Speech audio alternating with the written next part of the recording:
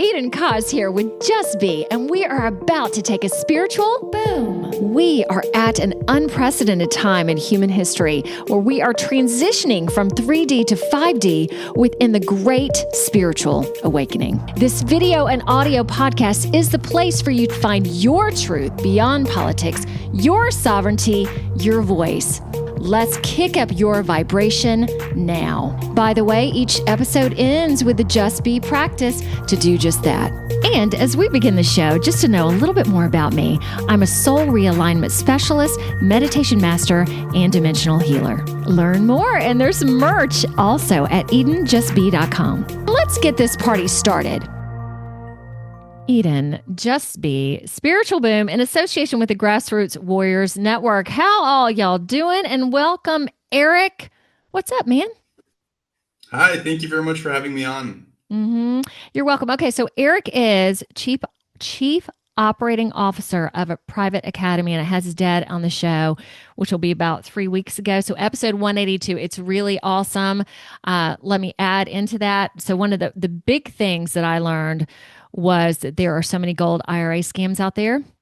And luckily for me, I happen to be in one, not knowing. So Glenn has put me in touch with someone who is helping me, and hopefully I'll have him on the podcast very soon as well. So I had no idea. And I don't want to call agencies out right yet. We'll save some of that. So, and I wanted Eric to be on the show because he has a really neat story. So I loved having your dad here, but my goal also is to get younger folks on the show. And there's a little bit of a challenge with that because there is so much of the woke and the programming and all of that. And you have broken free of that. So I want to talk to you more. And you're 26. We discussed that as well. And I also want to bring up last week, Victoria was on the show. She's 30, and it's a really cool episode to watch. It's an awakened story. She's in a transgender relationship, yet she talks about the transgender agenda. It's really, really neat. So, Eric, I wanted to speak on something else. Do you mind hanging on just a second? And I'll get back to you. Of course, yeah, no problem. Thank you. Hey, so I wanted to bring up this show, is a lot about spirituality and mindset, and of course, the Great Awakening that's going on. And I've talked about this before, but I'm very nutrition conscious, and I talk about that in the show. So, especially what is happening with our food, chemtrails, lotions, makeup, changing hormones. All right, so for me, I'm really also in terms of getting younger people on the show being one of my focuses. I think I want to go more into health a little bit too, because this is such a big component. Because if your health and your body isn't on pulse or whatever, and Eric, we're going to talk about you weighing like 300 pounds, I think beforehand, that it is so important for your body, and then the changes spiritually that I believe that are happening in terms of DNA coming online. It's just so good. So for me, like eating organic, I do very little gluten. And a lot of these things weren't a program or anything that I was in. It just like gluten just happened. Like I really realized that through the glyphosates and everything that are in our food, but I can eat Italian pasta. Isn't that interesting? I don't do much dairy. I do 3 raw eggs a day, and I just found out about the raw egg nationalist. I'm hoping to have him on the show, which is really cool. So I don't do any sugar, no caffeine, alcohol, no, but I might do maybe 1 drink every 3 months. I've exercised since I was 17. And then I am doing, as I've discussed on the show before, I'm doing CrossFit now. And I hadn't planned on doing CrossFit, but it has really shown me how strong your body can be and how to push it. And I do yoga some as well, but it is just physically, all of it feels so good. So Eric, what do you think about this? Let's ask you first before I go into you. What do you think about exercise and eating and all of that? Oh yeah, definitely. I think both of it is very important. I think food is maybe even more important than exercise, actually, because food is directly the fuel that you're putting into you. And especially if you look at what you're talking about with the glyphosates, I mean, you're poisoning yourself. So nowadays, especially, we need to be very careful about what we consume. And I've noticed personally that, so I have celiacs, and when I have gluten, if I have too much sugar, that sort of thing, it definitely can affect me in many different ways. And I think it can make me depressed. It can make me anxious. And so I also am pretty tight on my regimen regarding food and diet and that sort of thing. Okay, let's go more into that. So to let you guys know, Private Academy, like your dad is a privacy expert, and assuming that you're Yep. chief operating officer, you have probably found out so many things. I assuming you're an expert at this point as Yep. well. Okay, and I want to go into CLAX again. Okay, so Eric Meter is a young adult and freedom fighter. He spends most of his time working alongside his father Glenn to help let me do that again, spread awareness about the surveillance state and provide actionable steps to get out of it. Can you begin? One of your, from what I understand, methodologies or one of your focuses is to really help young people as well. Tell me, if you wouldn't mind, about your 300-pound life. You were addicted to pharmaceuticals, suicidal, Okay. and woke. What was that like? What changed your mind? How did you come to see the truth?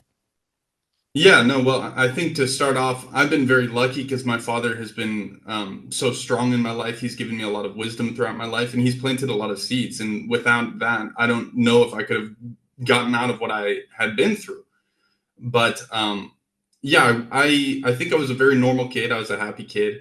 And then throughout my teenage years, some hard things happened, and I started going down the wrong path. And I became very depressed. I had a lot of issues. Um, and so eventually, naturally, I found the path of pharmacy, like going to a psychologist, and I talked to them. And the solution, I mean, it was a very depressing experience. Every time I'd go in, it would just, they sit down, they say, "Do you feel better or worse today?" And of course, I would say worse. And then they would just up the dosages or give me new pills. They had me on, like, I think it was at one point like 7 different antidepressants and antipsychotics. They had me on a lot of Xanax. And I did gain a lot of weight. I think a lot of that was from the pills, but a lot of it was just, I was just messed up from all those pills, and I was just eating really bad too. And at the time, I was definitely, it did not help what I was feeling with. If anything, it made me even more depressed. And I actually took a working memory scan of my brain, like I had the little suction cups all over. Yeah. And they said I had the working memory of someone with dementia. So, like, for 6 months or so, I was just, I mean, completely out of it, really just cooked my brain. And I just kind of reached a moment where I was like, okay, I need to get off of this. And so I quit all the pharmaceuticals cold turkey. Okay, so let me ask you. Uh, So, do you have yeah, siblings? Do you have siblings? no, Okay, so when your parents were watching you going through this, also no, knowing, I don't have siblings. okay, when your parents were watching you go through all this, also knowing that the Western medicine is also a beast and money and not so great or evil, essentially. How them watching you go through this? What was it like for them? It was really hard for them. I mean, like I said, Glenn has always been really wise. He's been pretty aware of what's been going on, and he advised me against it before I went into it. I started when I was like 19, Whoa. and so yeah, I did it on my own free will. He kind of tried to talk me out of it, but then he also saw, that I was getting to be in such a bad place that he was just kind of worried to do too much because I was in a place where he didn't want me to, I guess, kill myself. So it was an extremely hard time for them, I think. Ooh. Okay, so you decided on your own, this is not working for me. And when you got the suction cup, did your doctors want you to do that, or did you do that separately? Surprising answer, but I cannot remember. Yeah, Well, I during do that not time remember makes much at sense. that time. Oh, geez. Okay, well, you go Yep. ahead. All right, so you decided yourself that this is not Yes. working for me, and you went cold turkey. Yeah. Yeah, and I can't say I recommend that necessarily because I Okay. do know that, like, especially Xanax, if you quit it, you can.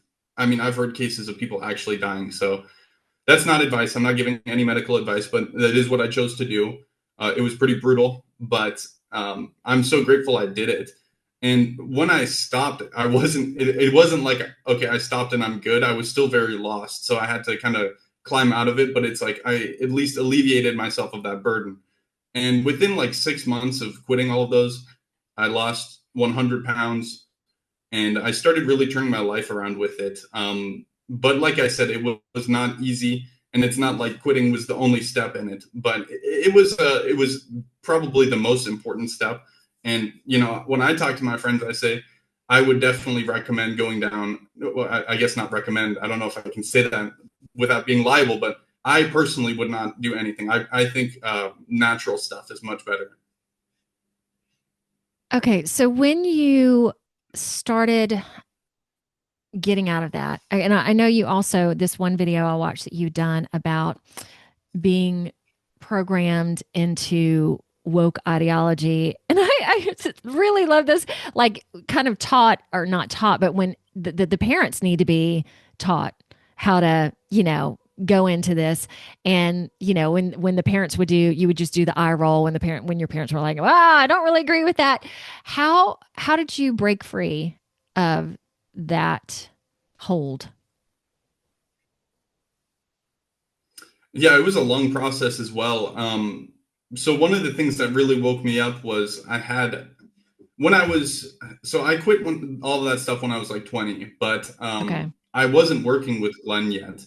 I was a line cook actually, and I've told this story many times, but I had a really eye-opening story that woke me up to the surveillance and how it's being used, how manipulation is happening, and that was really the eye-opening event, I guess you could say. So one day I was in the kitchen and I was really depressed, and I was listening to the song called Rotten Apple by Alice in Chains, just 24/7. And I came home from work and I opened TikTok and I started scrolling. And then all of a sudden I saw this meme and it had like a drawing of a chef and it says, when you're a line cook, you listen to Rotten Apple 24/7 and you want to kill yourself. And then when I saw that, I was like, this is unbelievable. This is so beyond a coincidence. So I uninstalled the application, and then I started working with my father actually. And so that was like so eye opening that it took me like I just completely quit. And so yeah, it was a pretty scary event. But like I said, I don't know if I would have realized that if Glenn hadn't been planting the seeds of, okay, this is the type of manipulation that can happen. Because if you think about it, I've got my phone with me at all times. It sees I go to my culinary school. It sees that I'm a chef, like at my restaurant. It can read my texts. It can look at what I'm listening to on Spotify. And it can tell that I'm very depressed at the time. And so, you know, maybe it was trying to push me over the edge. Jeez. Okay. So your Glenn had brought that up on his show too, which I was just like, you have got like how precise it is. And your dad even talked about, as we understand, in the next coming years is going to be even more precise and more customized. Like this one was so in your face that you didn't go, oh, like it turned you away versus, and I know it's Yep. going to get more subtle and more, ooh. All right. So at that point, where were you, and where were you at school and your friends? And you weren't in school at that point. You were a line cook, correct? Okay. What the friends that you hung out with? I'm guessing they were I was similar also in culinary school. in culinary school. Okay. So was everybody, would you say, woke at that point? That everybody you hung out with? I'd say everyone was woke or extremely lost. I mean, Okay. my friends are slowly starting to come out of it, I see, but most of my friends, you know, jobless until their mid 20s, don't go to college, don't have relationships, never leave their parents' house, and extremely depressed. And it's not like I hung out with bad people either. I think they Yeah. just kind of got lost from manipulation. Okay. And you are seeing that changing? I am seeing that, and at least with my friends now, I don't know if Okay. that's the fact that maybe they've just hit a road. Some of them they haven't yet, but a lot of them are starting to. You know, I think they've realized, okay, I'm pushing, you know, close to 30. I need to like at least have a starting job and you know get something with my life. Um, and so I think that could be part of it. But yeah, I think they are all extremely lost too on like spiritual level, on a mental level, whatever. So when they look at you and where you are they like, wow, that's cool? Or I don't quite agree with you on those aspects? How do they treat your knowledge? Um, that's a good question. I don't know. I guess it doesn't feel like it's changed that much. we just still talk about most of the same stuff. I mean, I actually left where I'm from. I moved to Budapest actually because I needed to get away from my friend group. Not because I don't love them. I love my friends, but I felt I was at my, I was just at a point where I needed a change in life and to reset. And so I did that. And so when I come back and I see them, it's like old times. But there's definitely some people where I cannot have conversations with them because they just do not understand at all what I'm saying. Okay, so wait, you're in Budapest now? Yes, How did yes. I not know that? How long have you been there? I've been here on and off for about 3 years. All right, what's it like there? How do you feel? It's Oh, I really like it. I mean, nowhere's perfect, obviously, but I like how people actually go out. I like being social. I like being extroverted, and when I was back in Lincoln, Nebraska, it was kind of a thing where you go over to your friend's house and maybe you play some video games or watch a movie. No one goes out, no one talks to each other, and then they'd ask me to call the pizza delivery guy because they didn't want to talk to someone on the phone. So I just wanted to get out more and do more, and it feels a lot more real, I'd say. Okay, let's go into that for a second. When my daughter just she's in college, what blew my mind was in her dorm that like when I was in college and the dorm was like, "Oh, you know your neighbors and you talk to your neighbors and like everybody they do not get together. They stay in the rooms like they have certain friends. It's just like I look at it and go, it's like the community that used to be there and how much you could learn and it's just so it non-existent Yeah, no, I non-existent the social functions of people are definitely declining. And one of the things that really scares me is if you look at China, one of the things that they're doing is instead of having actual teachers at school, every kid is going to have their personalized AI teacher. So you can just imagine where that goes wrong. So it is a very, scary future to look at and if that would really unfold in the West. But I hold on to hope. okay yeah me too. Oh my goodness. Hey, tell everybody about your feelings. I know you talked about AI, but the one video I saw that you posted about Facebook social experiment in 2012. It took 689,003, I wonder where the three come from, of its users to manipulate emotions for quote unquote, I'll do air quotes again, for science, showing dead dogs and cute babies, really showing that if you get an emotional link with people, you can really alter their beliefs. You can suck them in. And the emotional contagion, I love that description. And then targeting worthless and insecure teens for advertising, mind control machine. Yeah, talk more about social media from your vantage point, and obviously your experience on Twitter. Holy smokes! Oh yeah, no, I mean it was TikTok just to be clear, but yeah, no, it was Yes. unbelievable. It is unbelievable to look at social media and how things are happening nowadays. I mean, thinking about actual brainwashing, actual AI, all of this stuff, it totally seems like something out of a sci-fi movie, but we are facing it, and a lot of people just are not ready to understand what's happening. But everything around us is becoming a smart device, and the way I describe it is smart has two features, and one of them is to surveil you to gather all of your information, and then the other one is to control you. So those are the two aspects, and social media is the same way. I mean, even 15 years ago, there were many articles about how they would hire like psychologists to see, okay, how can we tap into like the dopamine receptors? How can we make this addicting? And that also led to what you're talking about with emotional contagion. They want people engaged. They want something, they don't care if someone is angry or depressed. They just need an emotional reaction because that keeps people bought in. And so, yeah, they have mastered how to manipulate people. And another really good example of this is an article done by, I think, Robert Epstein. And he was talking about how Google can change 50-50 voters into 90-10 voters because of whoever they show to the person. And that's just by rearranging the search results. So the power that these big tech companies have is unbelievable in how they can shape what you think. And I personally believe that it's so advanced that you can think that you're going down this whole rabbit hole. Like, let's say you're on YouTube and you start like, oh, this is interesting. I want to learn about carpentry. I want to watch this master carpenter. I believe that they can place stuff in front of you and basically make you think that you're using your free will to go down that rabbit hole, and then so on. But yeah, I mean, I don't know if that is a great answer. I kind of went all over the place, but the manipulation is extremely scary. And like in my example of the story, they have information about you from all different angles, and they can use that to just completely warp your reality. Are you on social media at all? Currently, no. I think in the future I might like try to manage it a little bit for work just to get my message out there, but I do Yeah. not use it on a personal level.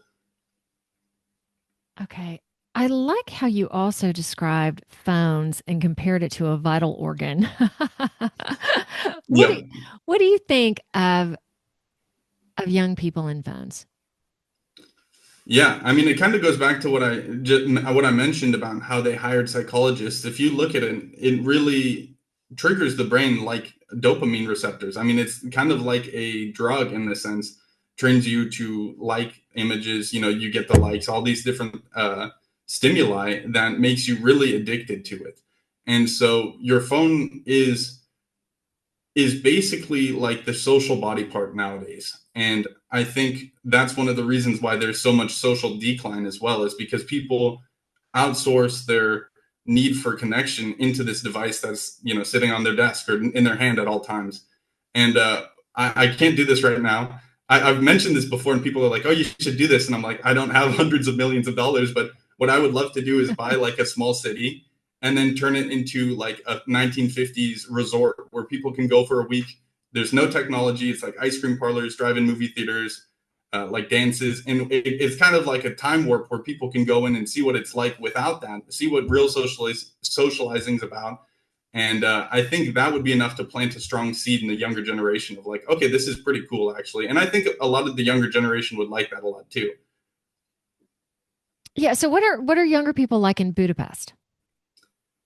Um, it's definitely not as manipulated here. I Okay. mean, I say that with a grain of salt because I think basically most technology is designed, like most modern smart technology is designed to manipulate.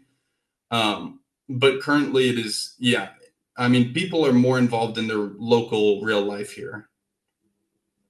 Okay. That's nice. All right. What would you, okay. So I've heard personal stories of parents taking their children's phone away and tears, crying, like desperation.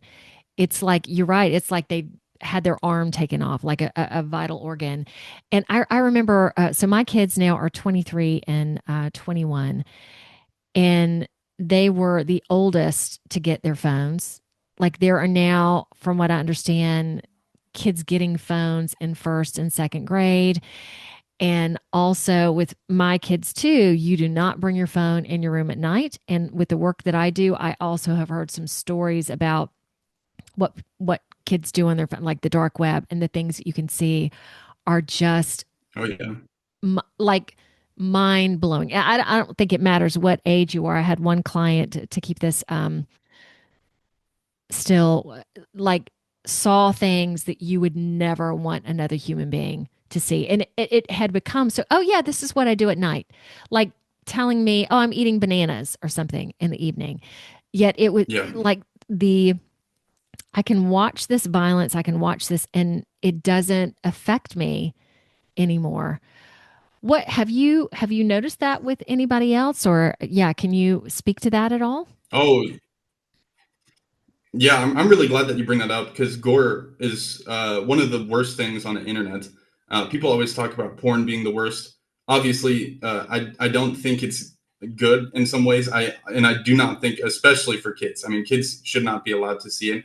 But Gore, especially for kids, seeing Gore, that really affects them in very negative ways. When I was like 12, there's someone that I trusted, and he would not stop showing me just brutal gore and like gore that goes beyond it will go worth going into. It's beyond worth going into. So I gotcha. that really disturbed me a lot. So yeah, kids should not be able to see. I mean, kids really need to be careful about watching that stuff. I think everyone has a little bit of morbid curiosity inside of them. I've seen it with all my friends, and I've seen many of my friends who kind of get addicted to watching gore, and they just become desensitized to it. And it's just, in my opinion, the worst thing out there. How true? Okay, let me ask you this, Eric. With parents, I do think I want to go into this for a moment. What are ways that you can control that, minimize that? Like, one of the big things that I tell parents, you got to talk about things, and you got to talk about things that you wouldn't have felt that you needed to talk about at a very young age, because they are going to be exposed. So even if it's not on their phone, or little Susie down the street's going to have it, or this parent's going to let their child showcase it. So another thing I talk about is the talking all the time. All right, what else would you throw in there? Yeah, no, I agree.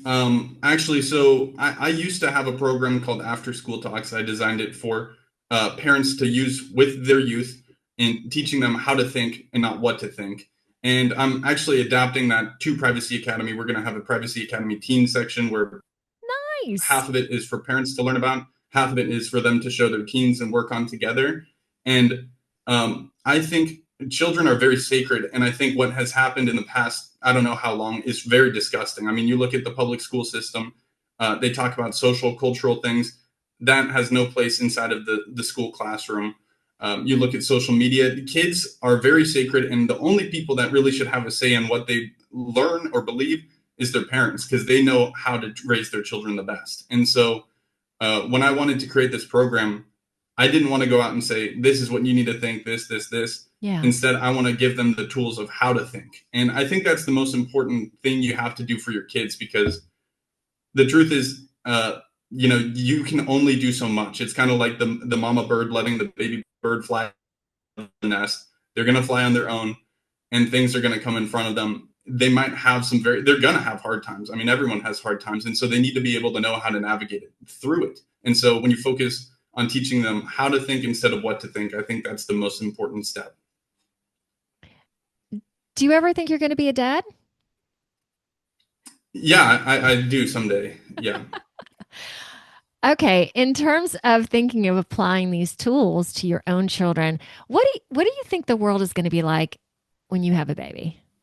Well, let's go there for a second, Eric. Oh, it's hard for me to say. I am overall optimistic of the world. I think there's a lot of reasons you can get blackpilled nowadays. And I like to remember it's just the plan that they have set. I don't actually see that as the future.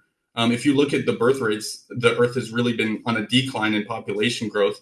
And I think a lot of that has been done on purpose. And I think one of the biggest ways that they're trying to depopulate the Earth is they're trying to scare the younger generation into not having kids in the first place. So whether that's financial reasons or because the world is so messed up that they don't want to have a kid and put them through this. So I guess to answer the question, it seems so volatile, it's too hard to answer, but whatever world it's in, the same skills will be needed to be taught to them regardless. Yeah, I think, my belief is that in the next 10 years, that things are really going to make a stellar change. But it's also for those of us who desire that. Like, I also feel that those who want to stay in this hellish world are going to stay in that. But we have this great opportunity to just make the world amazing. And okay, let's see how I formulate this question. How committed to you are you to your work? In terms of the Privacy Academy? Oh, very committed. Okay. All right. Tell me about that. Yeah. What does that entail for you? Well, it's definitely probably the biggest blessing in my life. I mean, I work 6 days a week, maybe 10 to 12 hours a day. And I am so grateful where I'm in a position where I can actually do something and feel like I'm making a change. And so it's all about, the future of the next generation, my future, everyone else's future. And it's also great to see the actual tangible stuff, because we talk about there's 3 different threats. There's the hackers, scammers, and thieves. There's big tech and big brother. Big tech and big brother, we all see what they're doing, but it's still a bit nebulous. It's in the future. There's no tangible change besides, someone calling me and saying, hey, I switched to Linux. I got on the phone, which is super exciting. But another great win is, like what you mentioned earlier, scams. We get calls all the time of people that say, you guys have helped me recover my life savings. And that is a fantastic feeling. I mean, that is just, it's so great to know that I can even be able to be in a position to help people like that. So I'm very grateful for it.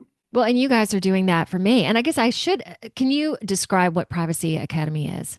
I think that's probably. Yeah, definitely. So Good. what we do is we try to help teach average non-techie people how to exit the surveillance state. And so we take it one step at a time. You get private email, private password, switch to a private browser, that sort of thing. And then it's this never-ending rabbit hole that you can take down as far as you want. I mean, you can set up your own router. That way, everything in your house is private and has a VPN on it. You can de-Google your own phone. You can switch to Linux. But the key is just taking it one small step at a time, because it can get overwhelming. But really, I truly believe this is the most important thing you can do for your liberty.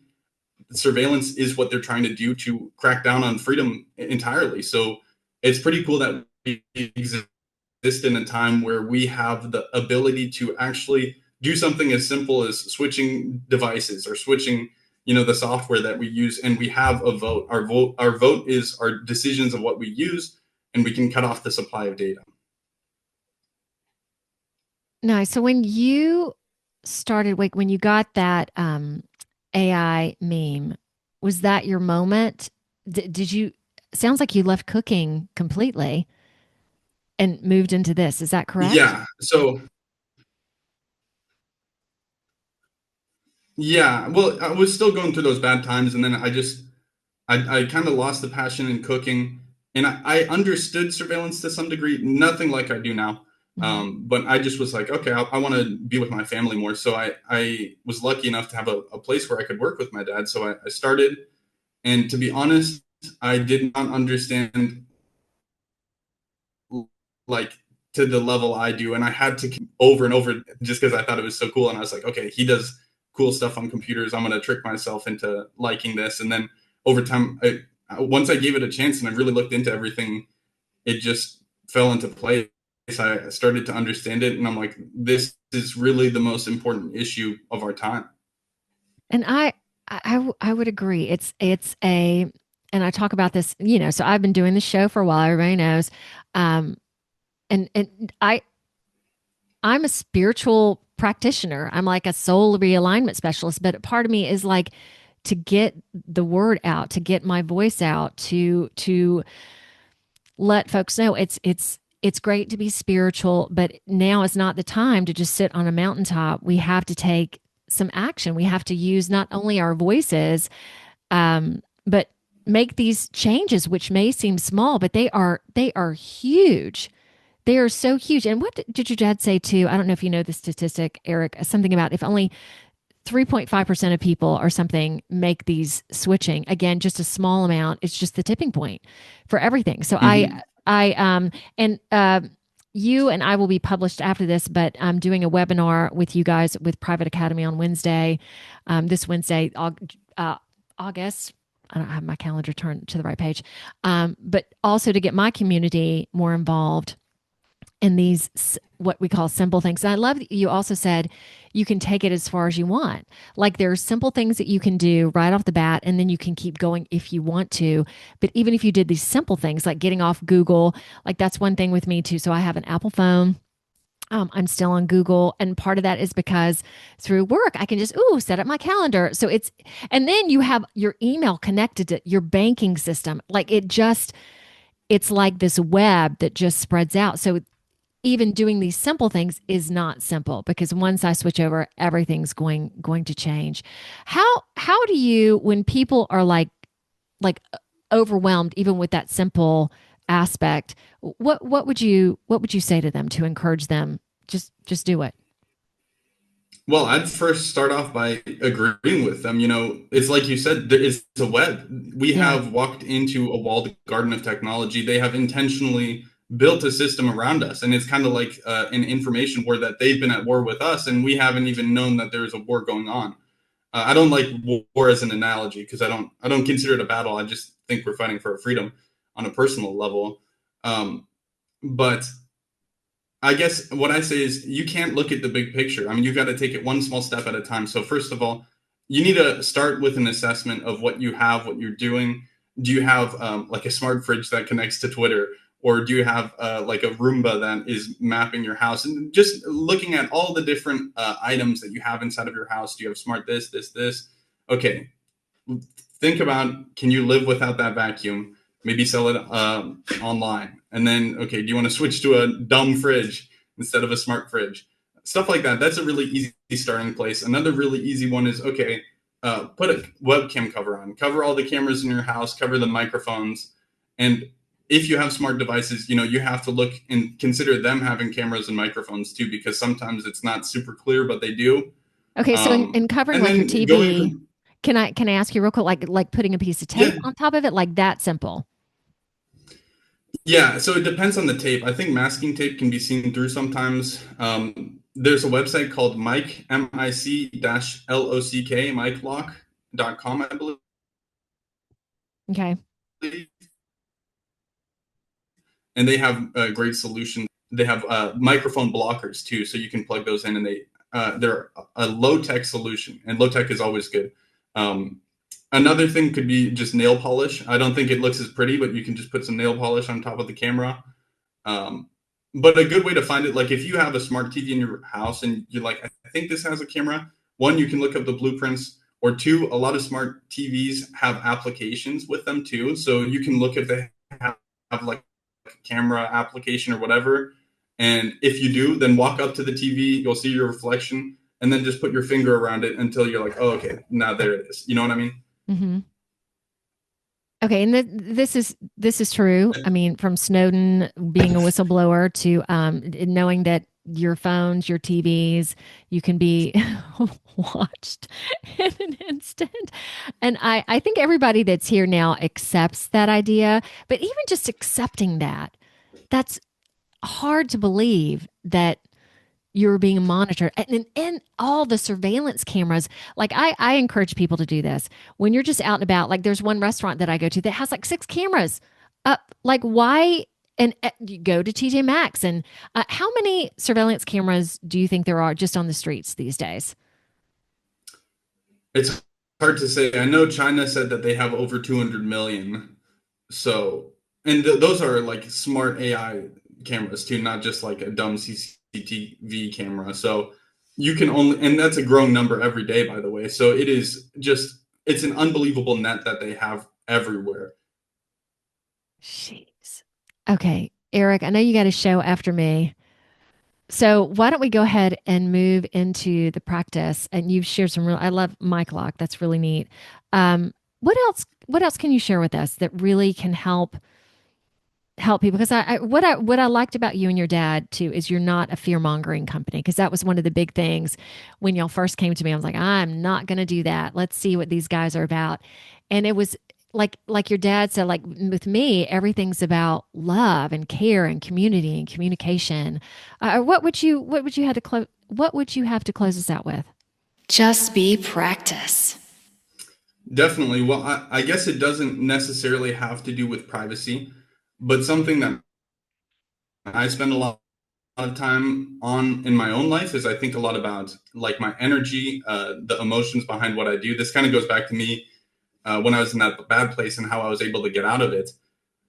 And one of the things that I think people maybe get wrong, or they don't have, that I don't personally agree with, is a lot of people talk about manifestation, where I think manifestation has lost its meaning in a lot would feel, or I'm going to spend some time thinking about how this would feel.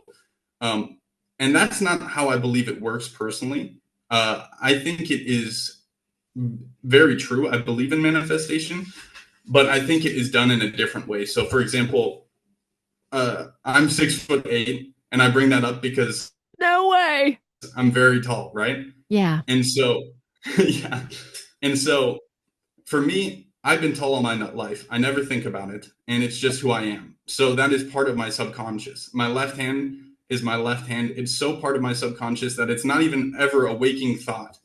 And so I think if you want to achieve something, you need to believe something to the level where it's not imagining how it would feel or trying to put yourself in the position. It's where that truth becomes your waking reality.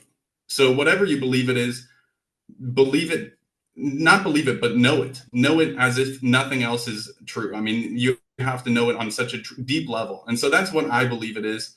That's something I really focus on. And it really comes down to a lot of different steps. I think one of the important steps is your emotional fuel. So what I think about is behind every action that I take, there's emotions that cause me to decide it. So maybe if I turn something down, maybe I'm thinking about a future of fear, or maybe I'm angry in the moment, or maybe I'm sad.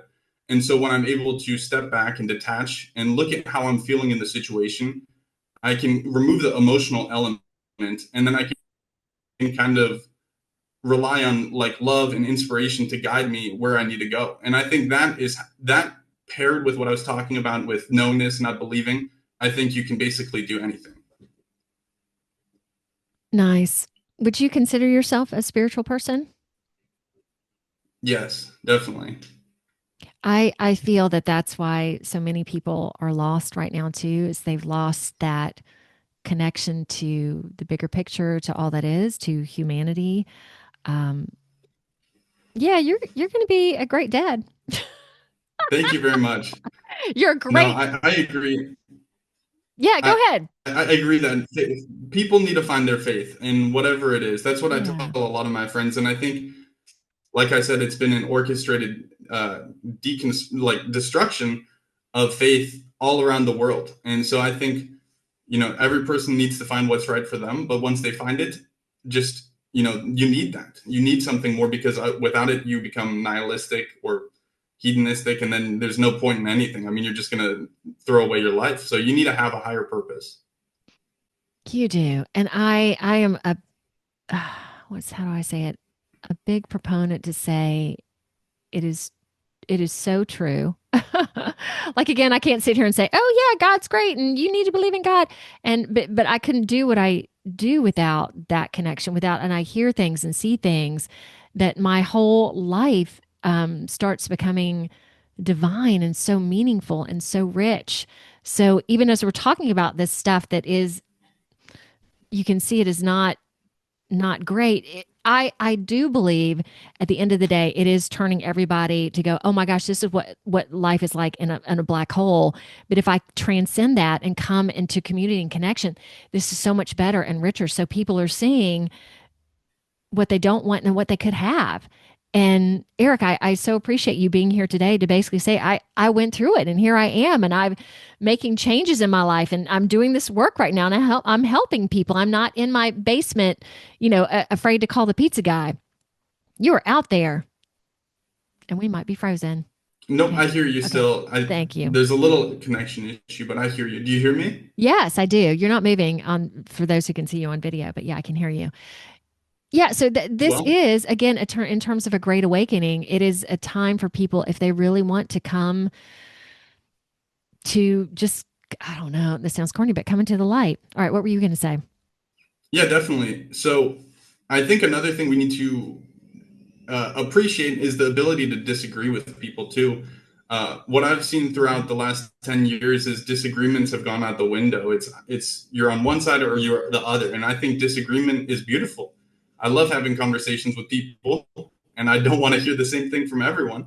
And I mean, disagreement is how people grow. So we need to not be afraid of disagreeing with people. We have to cherish when people disagree with us, and we have to accept differences. I think that is very important. And there's this quote by Leonardo da Vinci where there's those who will see, those who will see when they're shown, and there's those who will not see. And so when you're talking about something, I mean, I don't think it's as black and white as Leonardo da Vinci says, but there's people who will not see what you're trying to tell them, and you just don't need to waste your energy on them. Focus on the people who will see and the ones who are willing to learn or at least conversate with you. Awesome. I think we're done now. So 6'8", you can throw down your mic to a big pit. Hey, Eric, thank you so much for sharing yourself on here. And I think that's it from Budapest signing out. Y'all stay tuned for next week. We got it continues to be awesome. All right. Thank you, Eric. Hang on for a second. Bye, everybody. Y'all, find me on Facebook, Instagram, LinkedIn, True Social, as well as Rumble, BitChute, YouTube, plus a plethora of other audio directories like Apple Podcasts and Spotify. So like, subscribe, do it all. See ya.